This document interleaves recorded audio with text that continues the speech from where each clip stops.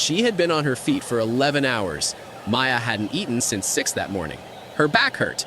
Table 7 had sent their food back twice. And she was 40 minutes from the end of the longest shift of her week when the woman in the corner booth snapped her fingers. Her name was Victoria. She had a reservation, a corporate card, and the particular impatience of someone who had never once in her adult life been made to wait for anything.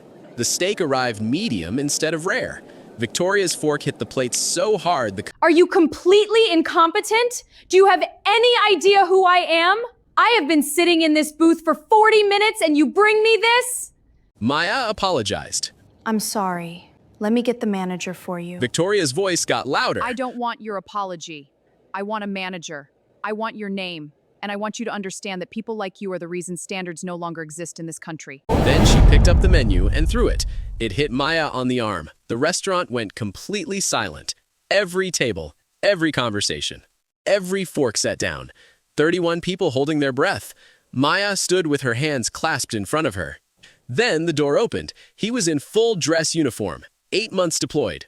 Medals across his chest. He had landed 6 hours ago and driven straight here because he wanted to surprise her. He had been standing at the window for 45 seconds. He had seen everything.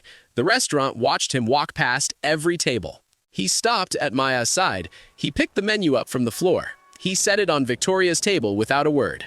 And then he looked at her not with anger, not with aggression, with something far more powerful than either. My wife has worked double shifts for 8 months to hold our lives together while I served overseas. She has never once complained. Not once. You will not speak to her that way. Not tonight. Not ever. Victoria opened her mouth. Nothing came. Someone at a corner table began to clap. Then another. Then the whole room, 31 people who had held their breath, now letting it go all at once. Maya turned to her husband. He looked at her the way a man looks at someone who held the whole world together while he was gone. Victoria left her corporate card on the table and walked out through 31 people who did not move to make it easier for her. Because the person absorbing your cruelty in silence is never as alone as you think. And the people who love them are always closer than you imagine. Drop a heart if this gave you chills.